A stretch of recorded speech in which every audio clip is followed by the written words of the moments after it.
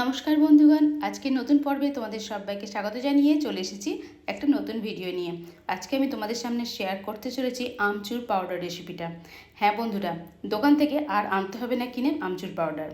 তো এখন আমের সিজন চলছে, প্রচুর কাঁচা আম পাওয়া যাচ্ছে। তো এখন বেশ অনেকটা পরিমাণের কাঁচা আমের আমচুর বাড়িতে খুব সহজে বানিয়ে ফেলা যায়। একদিনেই তোমরা বানিয়ে ফেলতে পারবে এই কাঁচা আমের আমচুর পাউডার। তো চলো দেখে নাও সহজ প্রসেসটা। আজকে আমি A to Z তোমাদের সহজ প্রসেস শেয়ার করতে চলেছি। দুটো নিয়ম বলে দেবো, একদম যেটা তোমাদের ভালো লাগবে সেই প্রসেসেই তোমরা এই কাঁচা আমের আমচুর পাউডার বাড়িতে বসেই খুব সহজে তৈরি করে নিতে পারবে। তার জন্য চাই কাঁচা আম। এখানে আমি 1 কেজি পরিমাণে কাঁচা আম নিয়েছি। কাঁচা আমগুলোকে বাজার থেকে আনার পর অবশ্যই ভালো করে ধুয়ে নিতে হবে, তারপর ধুয়ে মুছে শুকিয়ে নিয়েছি একটুখানি। এবারে আমি কাঁচা আমগুলোর খোসাগুলো ছাড়িয়ে নিচ্ছি।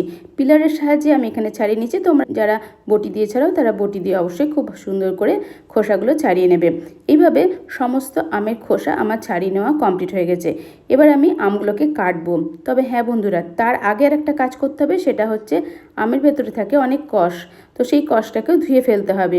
আমগুলোকে ভালো করে ধুয়ে ফেলার জন্য বড় পাত্রে জলের মধ্যে ডুবিয়ে বেশ ভালো করে রগড়ে নিলাম। এবারে শুকনো কাপড় দিয়ে খুব পরিষ্কার করে শুকনো করে মুছেও নিলাম। এইভাবে সব আমগুলো কিন্তু একবার ধুয়ে নিয়েছি, তাতে আমের কষটা চলে গেছে আর রোদ্দুরে শুকানোর পর অতটা কালো ভাবটা হবে না। এবারে এই আমগুলোকে আমি কুঁড়ে নেব। হ্যাঁ বন্ধুরা, অনেকেই ছোটো ছোটো টুকরো করে কেটে রোদ্দুরে শুকিয়ে নিতে পারো। তবে আমি যে প্রসেসে বানাচ্ছি এতে কিন্তু খুব তাড়াতাড়ি আমের আমচুর পাউডারটা বানিয়ে ফেলা যায়। এইভাবে যদি গ্রেট করে নেওয়া হয় তাহলে দেখো আমের টুকরোগুলো কিন্তু ছোটো ছোটো হয়ে যায়।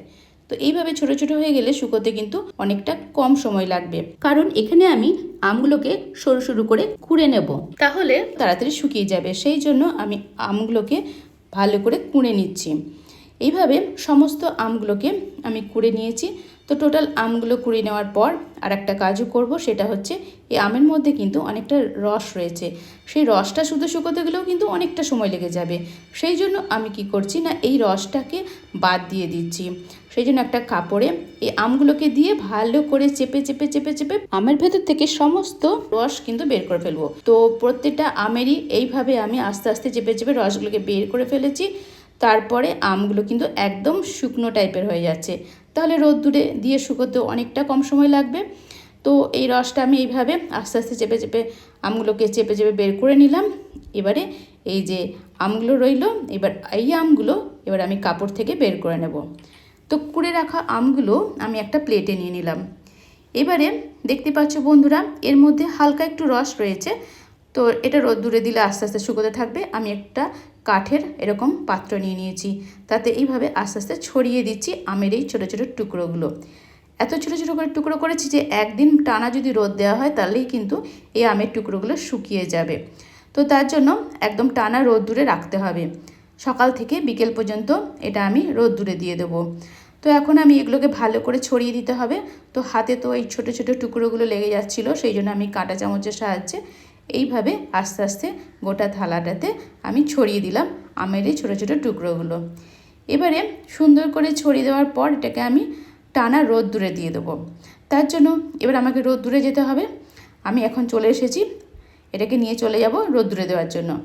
এই দেখো আমি ওপরে চলে এসেছি, ছাদের ওপরে আমি এখানে রোদ্দুরে দিয়ে দিলাম আর একটা ঝুড়ি চাপা দিয়ে দিলাম, যাতে পাখিরা এসে এই আম কোড়াগুলো খেয়ে না যায়। এবারে আস্তে আস্তে অনেকটা শুকনো হতে থাকছে। এখন আমি এই জানলার দিকে আমি দিয়ে দিলাম। জানলার সাইডে বা বারান্দায় যদি রোদ্দুর আসে সেক্ষেত্রেও তোমরা এই আমগুলোকে রোদ্দুরে দিয়ে দিতে পারো। আর এক পিঠ শুকিয়ে যাওয়ার পর আবারও আমি কাঁটা চামচ দিয়ে উল্টে পাল্টে দিচ্ছি।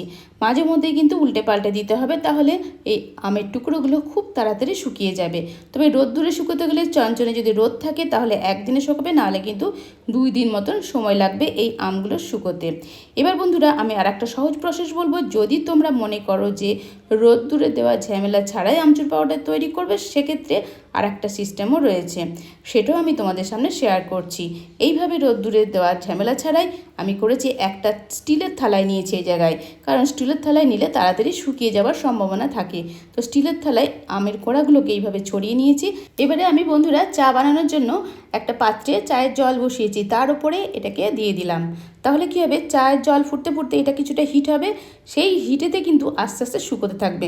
আমার মনে হয় এই সহজ প্রসেসে তোমরাও কিন্তু বানিয়ে দেখতে পারো। খুব তাড়াতাড়ি কিন্তু এইভাবে আমের এই টুকরোগুলো শুকিয়ে নেওয়া যায়। যখন রান্না বান্না করব তখন আবার রান্নার সাথে চলে আসব। এখন দেখো রান্না বান্না শুরু করে দিয়েছি, ভাত তরকারি সব বসিয়ে দিয়েছি। তো এই থালাটা একটু আগের দিন করেছিলাম বলে অনেকটা শুকিয়ে গেছে, আর এই থালাটা আজকে যেটা দেখাচ্ছি তোমাদের সেই থালাটা ওপরটা অনেকটা শুকিয়েছে, এটাকে উল্টে পাল্টে দিতে হবে। তো এইভাবে তোমরা প্রত্যেকটা যে রান্না হবে তার ঢাকনার ওপরও দিতে পারো, ডাইরেক্ট দিও না, কারণ এতে জল লেগে যাওয়ার সম্ভাবনা থেকে যায়। ওই জন্য দেখতেই পাচ্ছ 3টে ওভেনে আমার রান্না হচ্ছে। তো তার মধ্যে 2টোর ওপরে আমি এই আমচুরের জন্য এই কোড়া আমগুলোকে দিয়ে শুকিয়ে নিচ্ছি। খুব তাড়াতাড়ি শুকিয়ে যাবে। আর এই আমগুলো একদিকটা একটু শুকিয়ে গেলে আস্তে আস্তে ওই কাঁটা চামচের সাহায্যে উল্টে পাল্টে দিতে হবে। এটা দেখো অনেকটা বেশ শুকনো শুকনো হয়ে গেছে। রাত্রের মধ্যে আশা করছি এই আমের টুকরোগুলো শুকিয়েও যাবে।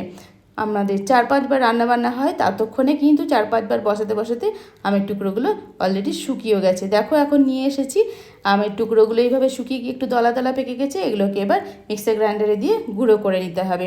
তো তার জন্য এখন মিক্সার গ্রাইন্ডারে আমি এটা গুঁড়ো করে নেব। আমি মিক্সার গ্রাইন্ডারটাকে অন করে দিলাম, অন করে দিয়ে ব্যাস কিছুক্ষণ একটু চালিয়ে নেব, তাহলে পরে বেশ মিহি ডাস্ট হয়ে যাবে। তো এইভাবে মিহি ডাস্ট করে গুঁড়ো করে নেওয়া এটা কমপ্লিট হয়ে গেছে। এবারে দেখো রোদ্দুরে যেটা শুকিয়েছি সেটা আমার 2 দিন সময় লেগেছে, কারণ সকাল থেকে দিতে পারিনি, বিকেল থেকে আমি দিয়েছিলাম প্রথম দিন, তারপর দিন সকাল থেকে রোদ্দুরে দিয়ে এই আমগুলো শুকিয়ে গেছে। এবার কীরকম ক্রিস্পি হয়েছে দেখলেই তোমরা শব্দ শুনেই বুঝতে পারলে। এবার এই আমের টুকরোগুলো মিক্সার গ্রাইন্ডারে দিয়ে এটাকেও কিন্তু আমি ডাস্ট করে নেব, একদম মিহি ডাস্ট করে নেব। এখন আবারও আমি মিক্সার গ্রাইন্ডারে দিয়ে দিলাম। এবার এটাকে বেশ ভালো করে চালিয়ে নেব। তবে বন্ধুরা একবারে যদি খুব ভালো ডাস্ট না হয় সেক্ষেত্রে কিন্তু 2বার চালাতে হতে পারে। তো আমি ঢাকা খুলে 2-3 বার নেড়ে ছেড়ে 2বার থেকে 3 বার মনে হয় চালিয়ে নিয়েছি। এবারে আমি আমচুর পাউডারটাকে চেলে নেব। আমচুর পাউডারটাকে চেলে নেওয়ার জন্য আমি ময়দা যেটা দিয়ে চালা হয় সেই চাল নিয়েছি, ভালো করে চেলে নিচ্ছি। তোমরা চাইলে ছাঁকনি দিয়েও চেলে নিতে পারো, যেগুলো নাইলনের ছাঁকনি হয় সেগুলো দিয়েও আস্তে আস্তে চেলে নিতে পারো। তো দেখতে পাচ্ছ বন্ধুরা একদম খাঁটি আমচুর পাউডার বাড়িতে কত সহজে বানানো গেল আর কত কম সময়ের মধ্যে। বন্ধুরা তোমরা হয়তো অনেকেই আমচুর পাউডার বাড়িতে বানাও, বেশ বড় বড় করে আমগুলোকে কেটে নিয়ে অনেক দিন ধরে রোদ্দুরে শুকোও, তার জন্য আমগুলো কালো হয়ে যায়। আর যখন তোমরা এইভাবে মিক্সার গ্রাইন্ডারে গুঁড়ো করতে যাও তখন দেখবে অনেকবার ঘোরাতে হয় মিক্সার গ্রাইন্ডারটাকে, তাও তবুও ঠিকঠাক মতন কিন্তু ডাস্ট হয় না। এই প্রসেসে করবে দেখবে 2-1 দিনের মধ্যে তোমাদের বাড়িতে কিন্তু আমচুর পাউডার একদম রেডি হয়ে যাবে।